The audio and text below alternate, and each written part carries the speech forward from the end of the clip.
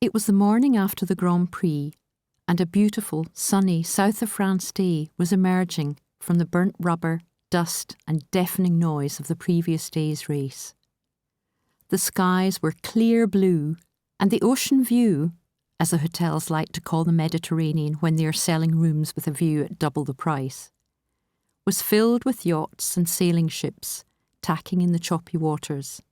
Most of the luxury crafts had approached the harbour and moored for only a brief stay during the race, but those that had remained overnight were beginning to cast off, passengers slightly the worse for wear, but nonetheless continuing merrily on their way to Saint-Tropez, the next stop on their trip along the coast. Something was not right. I looked across at Jonathan, my partner of 20 years. For some inexplicable reason, all I could think about was a desire to be somewhere else, on my own, away from everything. Our trip to the south of France had become an annual highlight.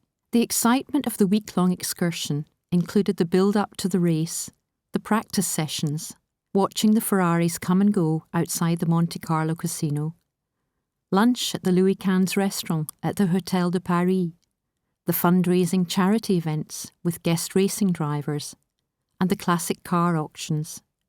There was shopping to look forward to, perhaps a new Louis Vuitton handbag, Hermès scarf, or bottle of perfume, drives along the Moyenne Corniche to La Tourbie, art exhibitions, bright sunshine and delicious food.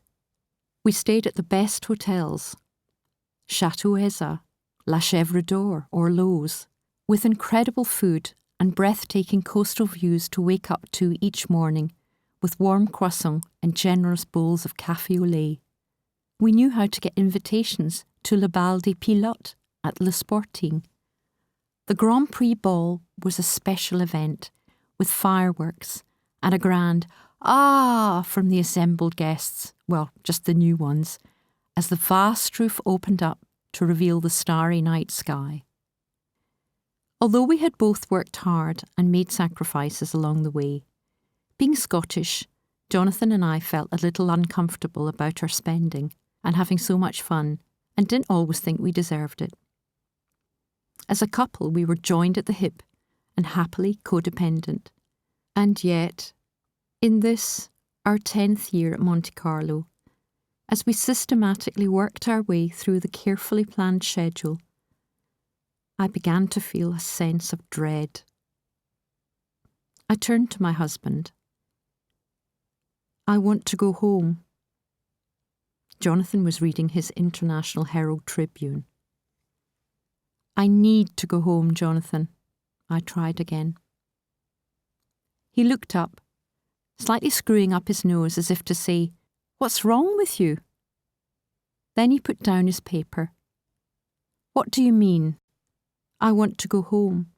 Today," I said. "I don't understand. What's wrong? We've had a fantastic time, and the hotel in Nice is booked.